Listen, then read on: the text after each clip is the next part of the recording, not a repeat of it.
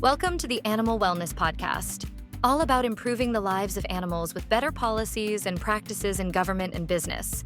Brought to you by Animal Wellness Action, where we believe helping animals helps us all. Here's your host, Joseph Grove. Welcome to the show, everyone. Hi, I'm Joseph Grove. For decades, the animal welfare movement has worked to reduce suffering by changing laws, corporate practices, and consumer behavior. And while those efforts have made real progress, one hard truth remains. Billions of animals are still raised and killed each year for food. So, an increasingly urgent question has emerged, one that would have sounded like science fiction not long ago. What if we could produce real meat without real animals? Today's guest has been at the center of that question from the very beginning. Paul Shapiro is the author of Clean Meat, the book that helped introduce and popularize the idea of growing meat directly from animal cells, eliminating the need for factory farming altogether. He's also the CEO of the Better Meat Co. He's a 5-time TEDx speaker, and he's also the host of the Business for Good podcast. Paul's work sits at a fascinating intersection of animal welfare, climate policy, food innovation, and cultural change. It raises big questions, not just about technology, but about how animals relate to humans and vice versa, how systems evolve, and what meaningful progress actually looks like. In this conversation, we're going to explore what clean meat really means, where the cultivated meat industry stands today, what's holding it back, and why this movement matters, not just for animals, but for public health, the climate, and the future of food. Also with us is Wayne Pacelle, the president and founder of Animal Wellness Action and the Center for a Humane Economy. Wayne's time with us is short, so we'll try to get to him very quickly into the conversation. But I got to tell you, I'm just elated to talk to Paul Shapiro. Paul, I've seen your name ever since I first became interested in volunteering and then working in the animal welfare space. So it's a real honor for me to have this show with you. Joseph, you must be talking to my mother a lot. I don't know who else is saying my name that much, but I'm grateful to be talking with you, and it's great to be with you as well, Wayne. And I'm looking forward to chatting about what we might be able to do to help reduce the suffering of animals and the number of them who are causing to suffer in the first place. Well, excellent. And Wayne, of course, always good to have you on the show as well. Yeah, no, thank you, Joseph. And it's great to be on with Paul. His book, Clean Meat, is definitely one to read and spread around. It's very important. So I want to start off by helping the listener who is new to this topic understand the difference between the types of meat that are available, right? So we're all, of course, very familiar with meat as we've known it for time immemorial. But also, there is plant-based meat, which got a lot of headlines a few years ago and still generates them. But then you have clean meat. Paul, tell our listeners what the difference is between clean meat and plant-based meat. Sure. So think about it this way, Joseph. For thousands of years, we have thought about meat as one thing, a hunk of flesh from a slaughtered animal's body.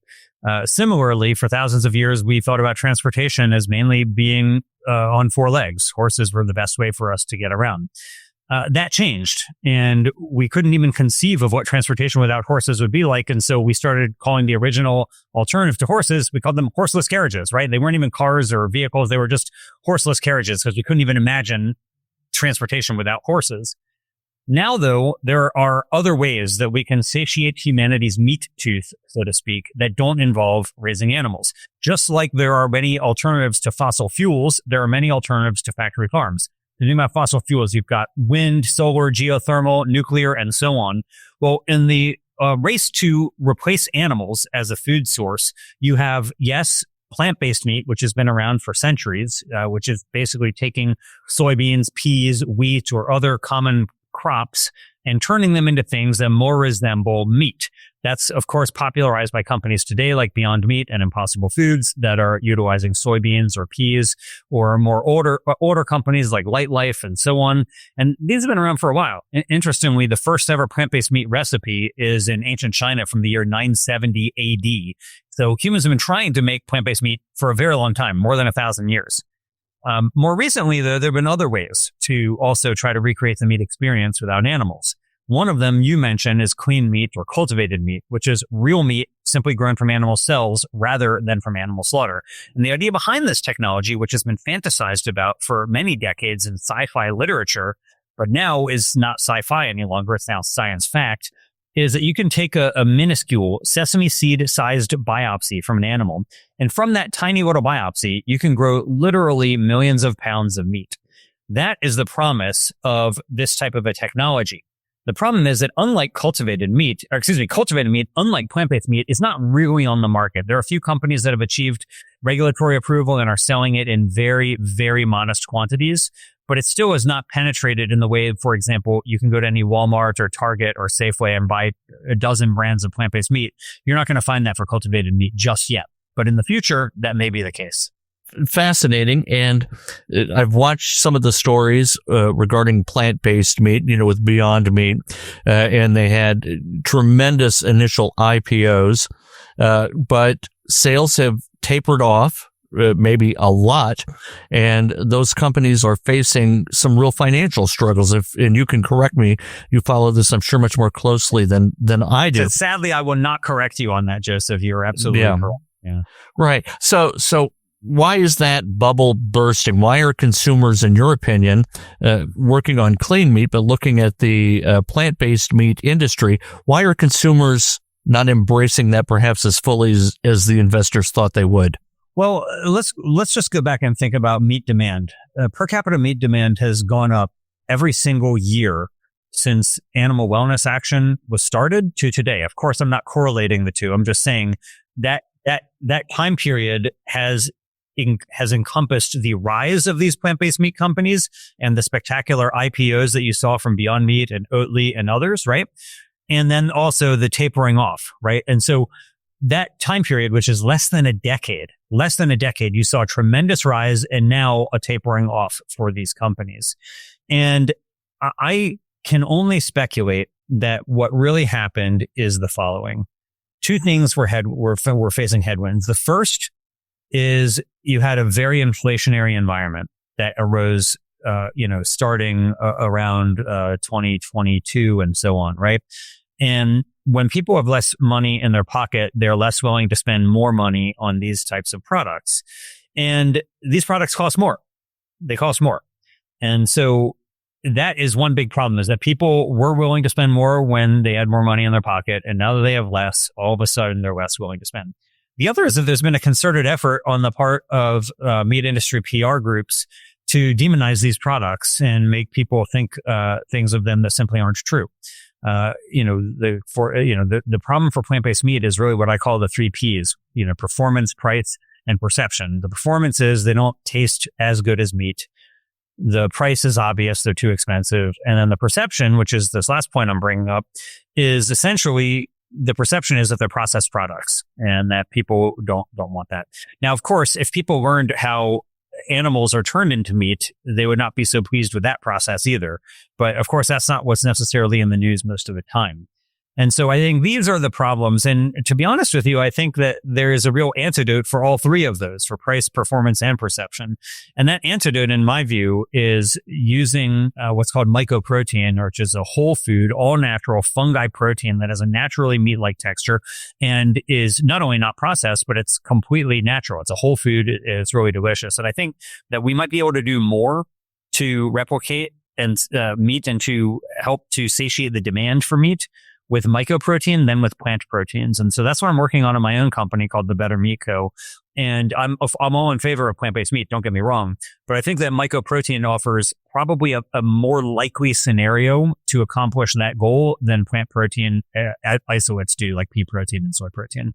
Paul, you and I have known each other a long time. And I think, Joseph's question to you about why are we having this trouble, and then your answer, I mean, definitely the forecasts that we had have not really come to be met by performance in the world. And, we can look back to Winston Churchill in 1931.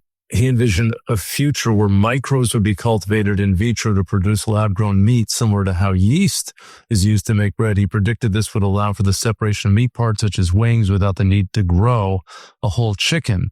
The concept was a precursor to the modern practices using stem cells and biotechnology. So that's not his quote, obviously. That's a summary of his quote.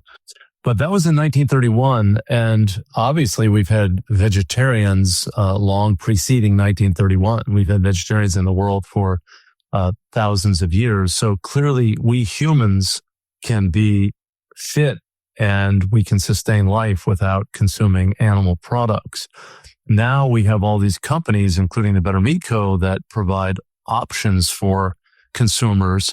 But I'm still struck by the power of appetite to drive our moral thinking, something that Matthew Scully wrote about in his landmark book, Dominion.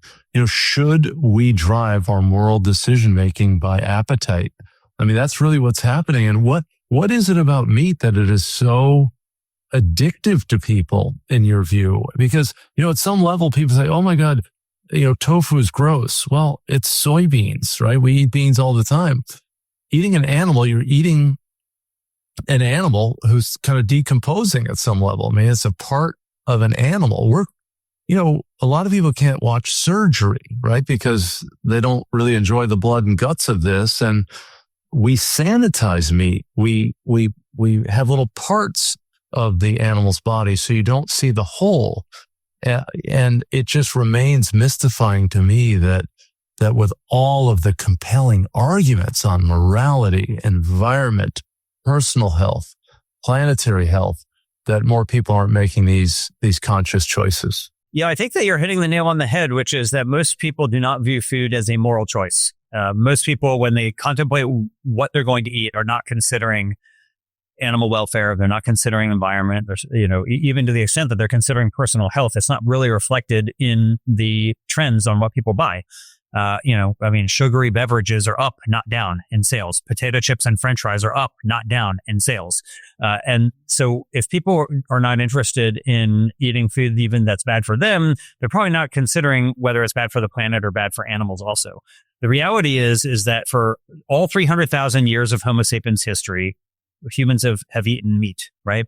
And other Homo species, aside from Homo sapiens that predate us and lived alongside of us, also ate meat. It's a very, very strong drive. And this is why it's hard to not only make vegetarians, but to keep them. 9 out of 10 people who become vegetarian stop being vegetarian eventually.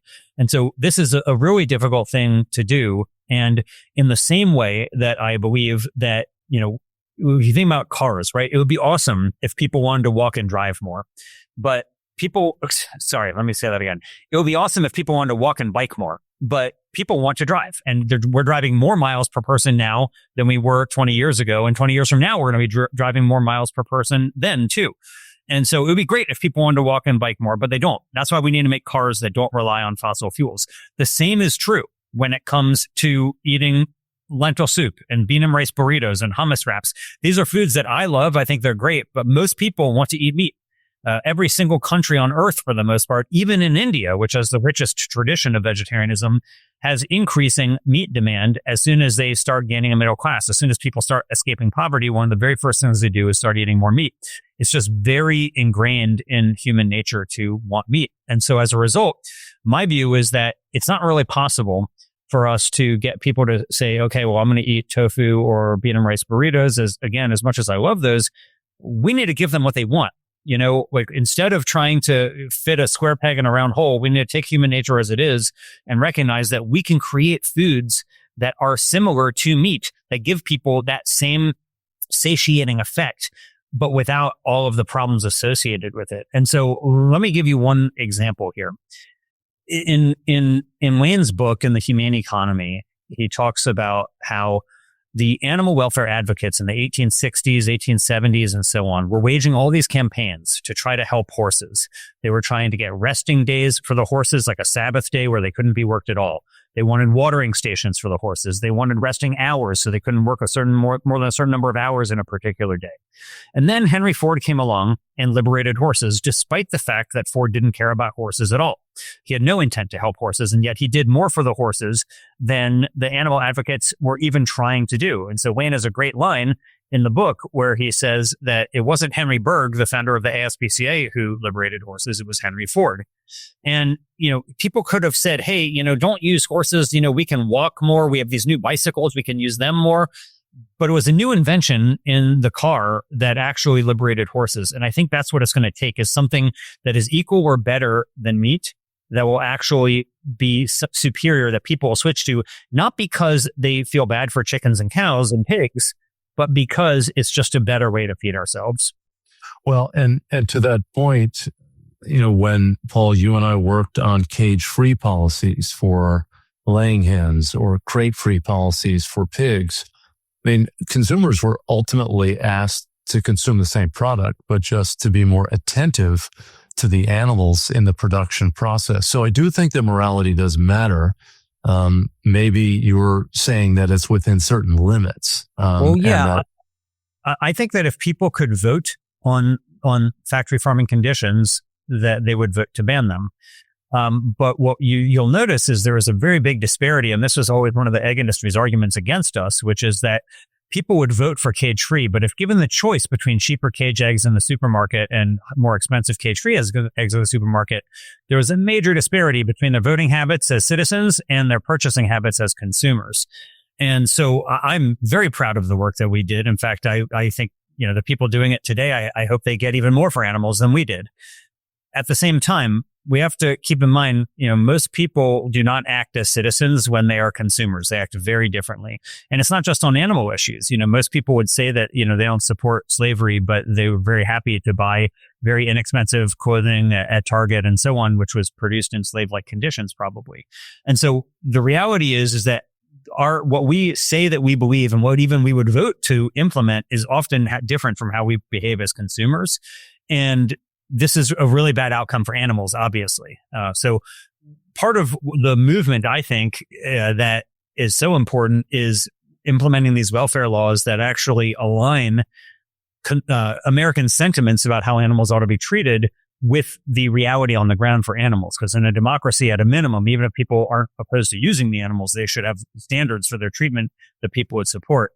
At the same time, if animals do have a hope of being liberated, I frankly think that technology is going to be a more likely liberator for them, to be honest. Well, you're really taking the view that economics and kind of nearness of products, quality of the products are the drivers, not morality. And I don't think in more morality, like if you think about the top reasons that people choose food, animal welfare, the environment, personal health are not in the top three, right?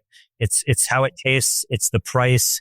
Like it's taste and price that drives most food choices, despite what people tell pollsters. In reality, what drives most food choices is taste and price. And I think about this over and over and over again. If you look at each category of animal usage that has been ended, it's virtually always by technology. If you think about the fact that we used to harpoon whales for whale oil, that only ended because kerosene was invented. It was a cheaper way to light our homes. We used to live pluck geese for quills to write. And I mean, even Thomas Jefferson at Monticello had his own flock of geese just because he was such a prolific letter writer. And we didn't stop because people cared about geese. We stopped because metal fountain pens were invented and it rendered the use of the goose quill obsolete. And the list of these goes on and on. It's not just horses and geese and whales, but the list goes on and on and on of all these categories of animal usage, like carrier pigeons who are displaced not by humane sentiment, but by the invention of the telegraph as one more example.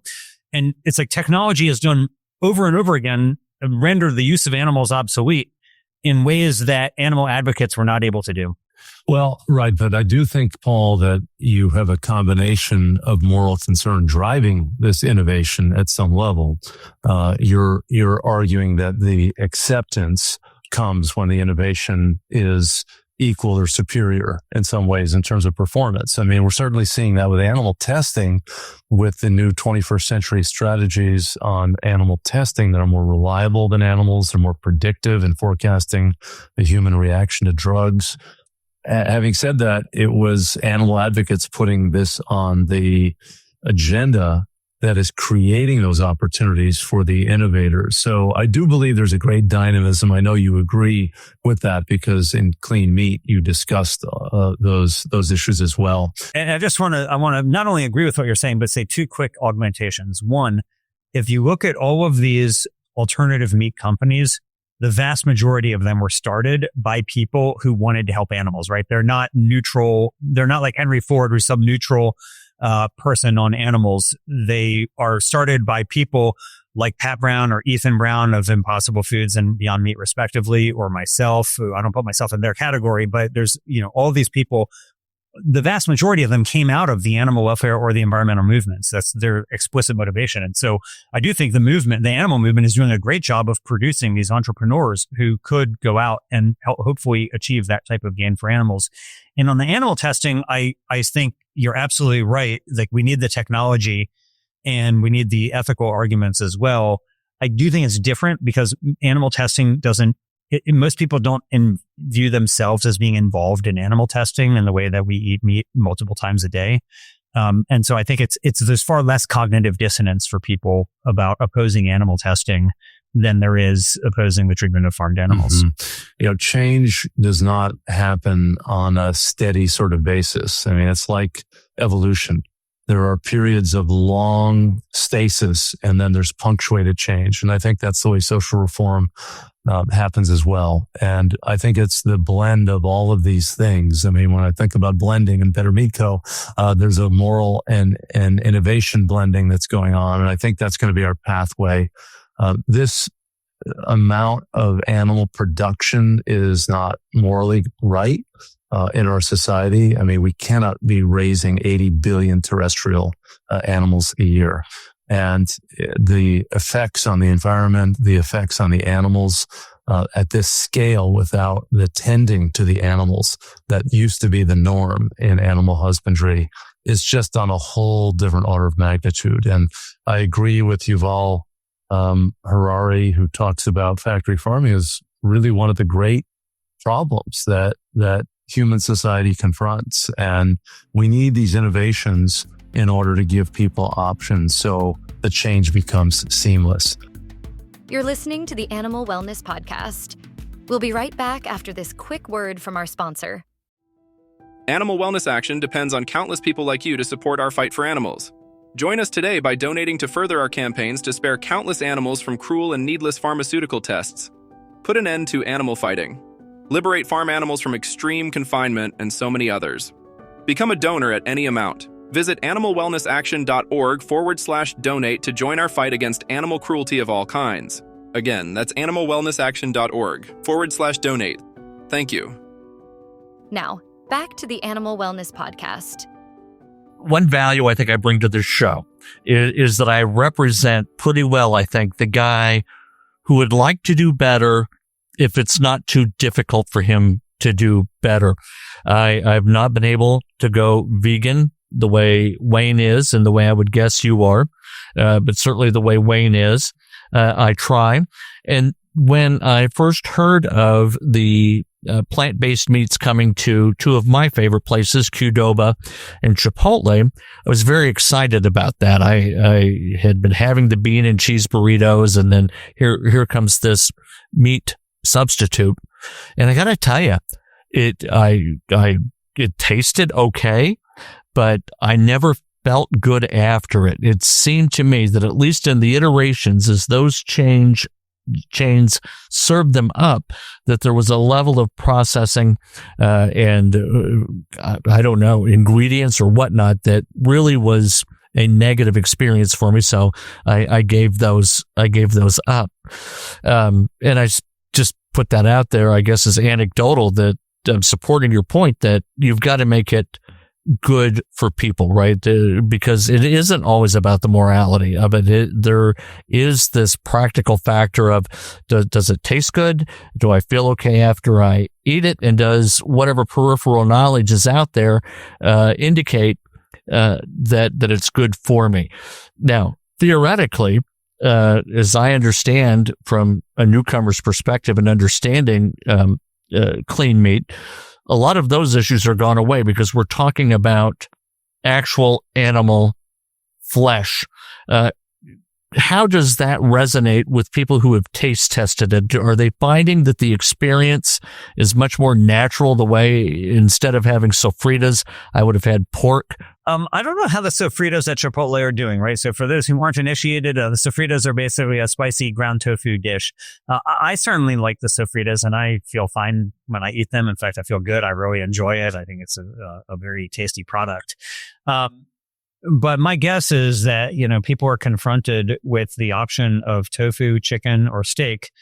And a very small portion of people are going to choose tofu. It's a very small portion. Maybe, people who are trying to be, watching their weight, or maybe they have some animal or environmental consciousness, but most people are going to choose chicken or steak. And that is why I think it's so important that we offer people an opportunity to have something not only that is nutritious, but also that tastes as good as, if not better, than animal-based meat. Most people eat what they like the taste of. That's like, there's just no getting around it. Like, taste drives our food preferences. And so if we are trying to create products that vegetarians will want, tofu is fine. But if we're trying to create products that people are going to choose instead of choosing meat, we need something that is frankly better than tofu, or they need to make tofu in a different way that makes it more meat-like. The reason why companies like Beyond Meat and Impossible Foods have hundreds of millions of dollars of revenue compared to, let's say, companies like Tofurky, which have only a few tens of millions of dollars of revenue, despite being many decades older, is because people want that meat experience. They want that meat experience. You just can't get around it. And so I'm excited about having tofu on menus at fast food places and casual dining places. That's great. But very few people are going to choose it. Probably, less than 1 out of 5 people, I would guess, would be choosing the tofu dish. Probably less than 1 out of 10, even, if I really am being honest. So, meat, creating something that tastes as good, if not better than meat, that really is the holy grail for this industry, which it frankly hasn't done for the most part yet, but it needs to. But it needs to get there. And I think it will. If you look at the original electric vehicles, they were nowhere near as good as conventional cars. And now, by all accounts, they're better. And the same is going to be true with these meats, because cows are not going to get any better at producing beef, right? Like, this is the cow is a very old technology. Whereas when you're dealing with meat that is divorced from the animal, you have a lot more leeway to continue innovating and creating better and better products. So let me ask you this. Let's say I go to a restaurant and I have a traditional steak, and then I have a steak that is produced with clean meat practices and technology. How would I find them similar, and how might I find them different from one another?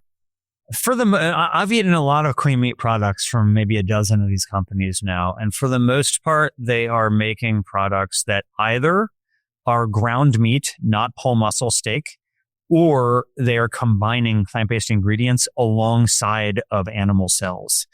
And so in this particular case, you can envision something that is not mimicry of steak. It is not identical to the steak, but it may very well be very meat-like, and it may taste very good. It might taste like a type of meat from an animal who you've never eaten before, even, which would be kind of interesting. And, think about it like this, Joseph. If you think about in your and my lifetimes, people have really dramatically cut down on the amount of beef that they're eating and increased the amount of chicken they're eating. So per capita consumption of beef has gone way down, and per capita consumption of chicken has gone way up, suggesting that people have switched from beef to chicken. People didn't switch from beef to chicken because chicken tastes identical to beef. In fact, most people would say probably a steak tastes better than a chicken breast, right? But the reason they switched is because chicken is cheaper and it's perceived as being healthier. That's it. Those are the reasons, right? And so the question is, can we come up with something, maybe it doesn't perfectly mimic the experience of a steak or a chicken breast, but something that's cheaper and perceived as healthy and still very tasty? That is what I think is the holy grail. Not necessarily being totally indistinguishable from meat, right? It's not like a car is indistinguishable from a horse. It's better than a horse. You prefer a car to a horse. It's not like, metal fountain pens are mimicries of quills from a goose. They're better than a quill. And so I think if we come up with something that is better than meat, whether it's cheaper or whether it's healthier and so on, and certainly tastier, those are going to be the real ways that we're going to win. The categories of technology you describe and the alternatives they replaced seem to me to be categorically appliances. I'm going to apply a given tool for a given purpose. And certainly the car as a tool is much better than, a horse for all the reasons we wouldn't need to describe here. But if I am going to a restaurant, my relationship with food might seem to be more emotional than merely wanting to apply a product to my appetite. I agree. It's not the same. Like what we put inside of our bodies is not the same as a tool that we use for writing or that we use to light our homes or that we use to get around as for transportation, which makes this problem even more vexing, right? It makes it an even harder problem to solve. But we do know that already the evidence is very clear. People have dramatically reduced the amount of beef that they eat. And they did that for a reason, because they thought chicken was cheaper and healthier. That's it.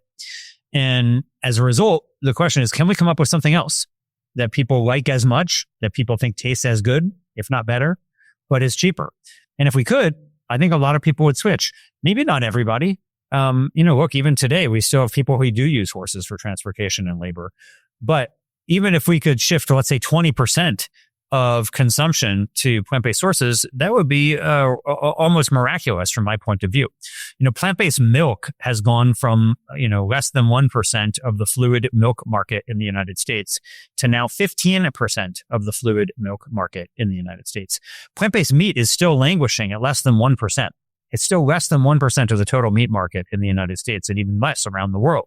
And so, yeah, if we could come up with something that even could make a dent, let's say 20% or even be up to 15% where plant-based milk is today, what a world that would be. You'd spare more than 1 billion animals, presuming that the replacement is on chicken primarily. You would have major environmental benefits. It would be a really amazing, maybe the biggest advancement for animal welfare in world history, actually. So I don't think we need to come up with something that is going to have 100% displacement, as difficult as that is. But even something that moves the needle would have major animal welfare benefits. Right. Very, very early, all of this is in its introduction to Western culture or global culture, for sure. So, you've got that kind of dining experience phenomenon.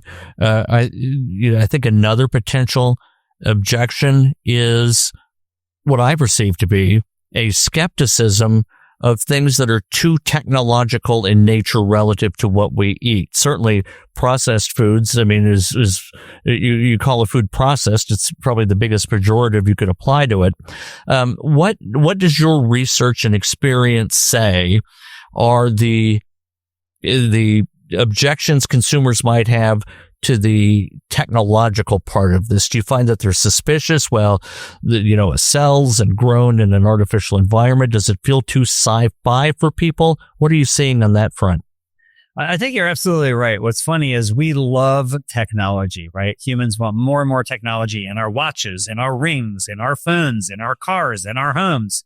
Where we don't want more technology is in our food, right? There is just something very viscerally unattractive to some people about the use of technology in our food. Now, keep in mind, when it comes though to foods that taste really good or that we prefer, we don't really like to think about it that much. Take a seedless watermelon as an example. Most people don't even contemplate the technology that is required to make a seedless watermelon. Like, if you understand anything about plant biology, like you're removing the seeds, creating like this thing that is totally unnatural. And yet still seedless watermelons are dramatically more popular because they're easier to eat and people like them better than watermelons with seeds. Chickens who we eat, nearly all of them have been selectively bred by geneticists to grow much bigger, much faster, to the point where they can barely take a few steps before collapsing underneath the unnatural bulk of their own weight. And yet people still eat it because it's cheap and it tastes good. And so I think that people like to say that we don't want technology in our food. But when it comes down to it, if it's cheap enough and it tastes good enough, I think most people are happy to eat it, as evidenced by these examples like chicken today, or like seedless watermelons, or even if you take, let's just say, to use a more extreme example, let's say, bioengineered food, or what's sometimes derisively called genetically modified. Most people will say they don't want it, but I guarantee you that you and I are eating them every day, right?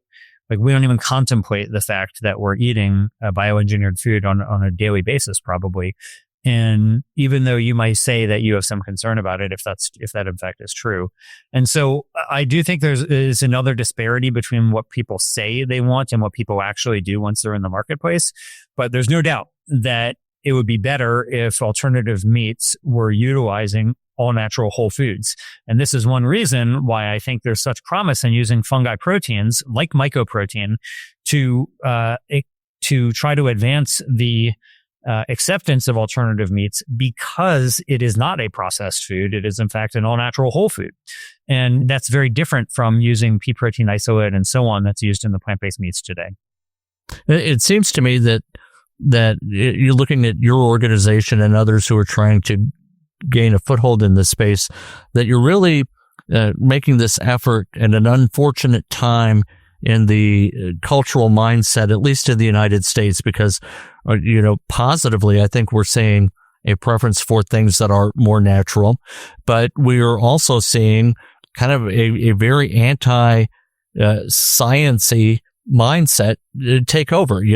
Vaccines, we don't want people interfering with these things. Or do you see yourself sailing into a stronger headwind than maybe you would have expected 5-10 years ago?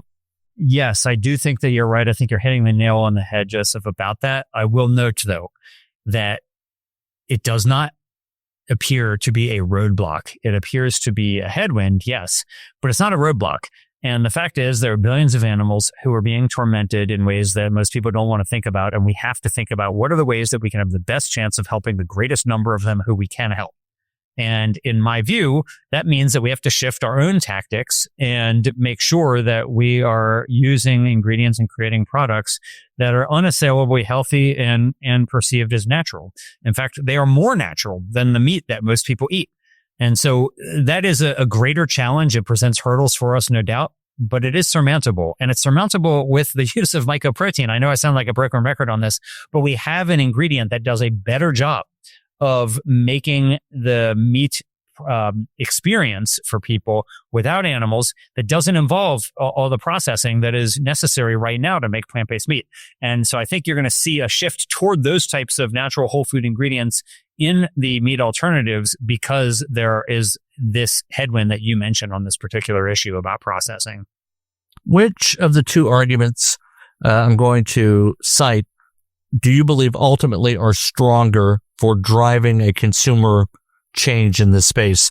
The animal welfare component, harming fewer animals, or the climate change argument? It seems to me there's a lot of energy right now with climate change and a broader appreciation of the importance of it than I see on the helping animal side of it. What say you? Yeah, I think that's true, but I think that there's both minimal shamefully. I mean, look, I have been a vegan now for 33 years. This is what motivates me. Animal welfare motivates me. I wish it motivated more people. I'd be thrilled for more people to make that type of a decision. Unfortunately, I think most people are not considering animal welfare when they're making food choices, and they're not considering climate either. Even when you go to climate conferences, typically they're serving meat, unbelievably. And so I am of the opinion that it's very difficult to get people to apply moral decision-making to something as visceral as the foods that we eat. I wish that were not true. I would be thrilled for that not to be true. I wish it drove me better. I wish it drove me more. And I got to say, I'm not where you and Wayne are. Yeah, I'll tell you, I'll give you an example. The largest investor in my company is a gentleman named Steve Jurvetson, who is a wonderful guy, a very smart guy. He's been very successful with many bets that he's made on various technology companies. And Steve will say, I believe that future generations are going to condemn me, including my own grandchildren, for the fact that I ate meat from these animals who were tortured, and that they are going to view it even like we view slavery today. And so this is a very smart guy who can afford, any of the plant-based meats he wants. And yet still, despite the feeling not only that it's morally questionable, but he thinks his own grandchildren will condemn him. And yet he still is eating meat. Richard Dawkins, who is, one of the great rationalists of our time, says the same thing, that he thinks future generations will view the factory farming of animals similar to how we view slavery today from the past. And yet he eats meat, right? So there's plenty of people who are sold on this argument that the factory farming of animals is a great moral travesty. And yet, even they are going to continue eating factory farmed meat. So the question is, what can we do? If the moral arguments are not winning the day, what can we do? And I think the answer is obvious. It's that we have to lower the resistance by making products that are easier. Imagine if you were alive in 1700 and you felt bad about whipping horses to carry you around. It's a lot harder to make that argument when the alternative is simply walking, right?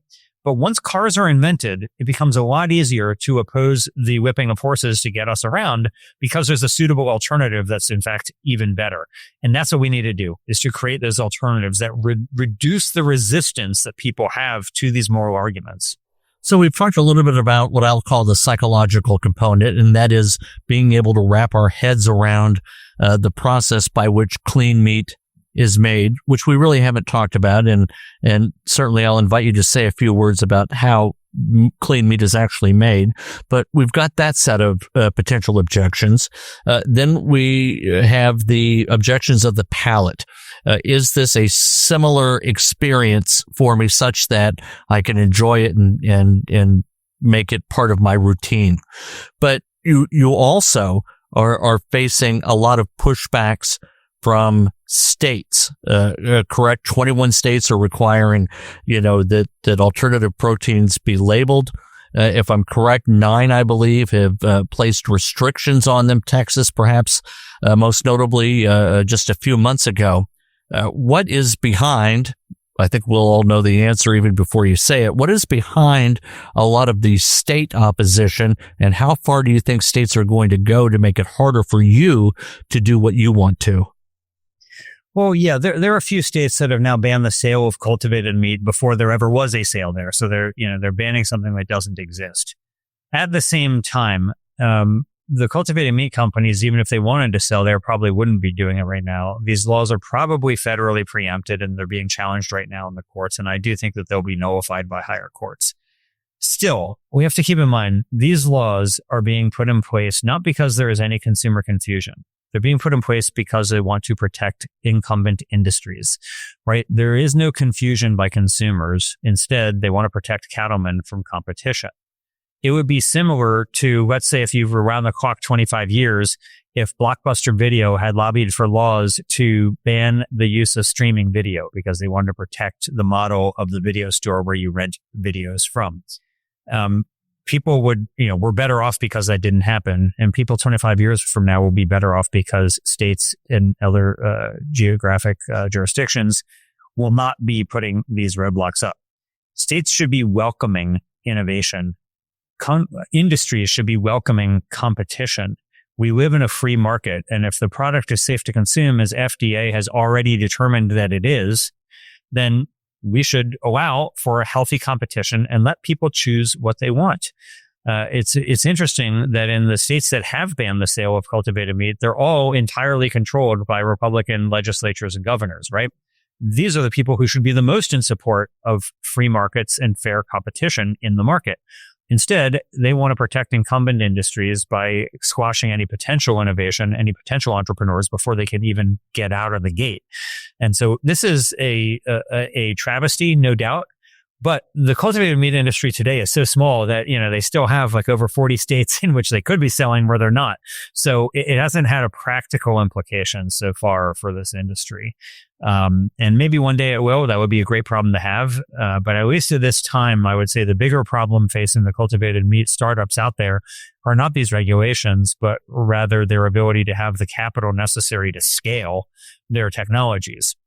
If you think about what it takes, let's say, to bring one drug to market, just one drug to market, you're talking about, $1 or $2 billion. These are companies that are using biotechnology to create food. And the entirety of this industry, over about 150 startups around the world, has only raised $3 billion. So $3 billion sounds like a lot of capital, but when it's spread out over 150 companies, and you realize how much they actually need to engage in this type of biotechnology, honestly, it's not that much. And so it's going to take some time before we see cultivated meat on store shelves. Right now, you can go to Walmart or Burger King and you get plant-based meat at any of them. You can't do the same with cultivated meat, and it's going to be many years before you can. Yeah, that was going to be my next question. How many years before I can pull up to McDonald's and say, I'd like to have a clean Big Mac? Are you thinking 5 years, 10 years? What's your guess, Paul? A friend of mine who I wrote about in the book Clean Meat actually has a good joke about this. He said he thinks it's 5 years away and it always will be. So, like I'm not as cynical as that. I do think it will happen in the future, but no, I think, Joseph, that it will happen within your lifetime, but not within the next 5 or so years. No, I don't think so. All right. Well, I'm glad you're optimistic, because you can see me that I've got at least 5 years in me. So that's going to be my positive note for the day. All right. Well, let's talk a little bit about the technology. How do you start with nothing and grow meat? Tell our non-scientific audience largely how this happens. Okay, so you're not starting with nothing. You're starting with a microscopic cell. And imagine, and to take yourself, Joseph, imagine that you engage in vigorous exercise and you break down some of your muscles and it grows back, and that's how you build more muscle, right? What's happening there is that you're doing small damage, like micro tears to your muscles. And within your muscles are cells that are called myosatoid cells. And they have one job for their entire life. They sit there in your muscle and they wait to repair and build more muscle. That's it. That's all they do. There's only one career that these cells can never have, which is to create muscle. And that's what meat is. Meat is muscle. As a result, we can go to a cow or a chicken and take some myosatoid cells and grow actual muscle from the chicken or cow simply by putting them into a stainless steel cultivator and giving those cells similar conditions so that they believe that they are still in the body, and then they do what they would do otherwise, which is grow muscle. And so you can put them into a cultivator, and the difference is, rather than a cow who you have to feed for years, like a cow is 1 to 2 years of feeding before you get a steak, in this case, you're talking mere weeks. And so it's very efficient because you don't have to grow the hooves and the nose and the horns and the skeleton and the eyeballs. You only want to grow the meat. And so it's way more efficient to do this than to raise an entire animal. The problem is you need a lot of scale. You need a lot of scale. Right now, vast quantities of land are used to raise cattle. In this case, we need a lot of these stainless steel cultivators, right? The farm in that case is a stainless steel cultivator. And so that is the limiting factor. But it's as simple as taking a tiny biopsy from an animal and taking cells in there and putting them into a vessel where the conditions are similar to what they would have in the body and letting them do what they would naturally do in the body anyway. That is how simple the process is. Now, of course, meat is not merely muscle. Meat is also fat and tendons and connective tissue, and you got to do something about all that too. But that's the basic premise behind cultivated meat, is that you grow the cells into muscle just like they would grow in the animal's body. All right. Okay. Very good. Paul, is there anything I've not asked that you would like to address on this topic for our listeners? The only thing I would say, Joseph, is the following. Animal advocates can do a lot. Animal advocates have done a lot. There are dozens of state laws that have been passed because of farmed animal advocates. There are hundreds of corporate policies because of these advocates. And the animal movement, in addition to trying to improve the welfare of animals, to reduce the suffering of the animals who will inevitably be used by the agricultural industries, can also be advancing policies and technologies that will actually eliminate the use for these animals in the first place. And I am very proud of the role that I have played in the animal protection movement now for 3 decades. And I'm grateful to be serving in a capacity that helps to advance the technologies that I think can ultimately do even more for animals than what I've done in my own past. And I invite anybody who wants to help advance technologies to help save animals to get in touch. Love to hear from you. You can visit me. Our website is bettermeat.co. Again, that's bettermeat.co. You can get in touch, and I'd love to hear from you. And check out the book. It's called Clean Meat, and it's sold everywhere books are sold. Clean Meat, how growing meat without animals will revolutionize dinner and the world. Thank you for listening to the Animal Wellness Podcast. Please be sure to subscribe so you don't miss an episode. And follow Animal Wellness Action on Facebook, X, Instagram, and LinkedIn. To stay current with all of our news and information and to take action to help animals, sign up at animalwellnessaction.org. Until next time, remember, helping animals helps us all.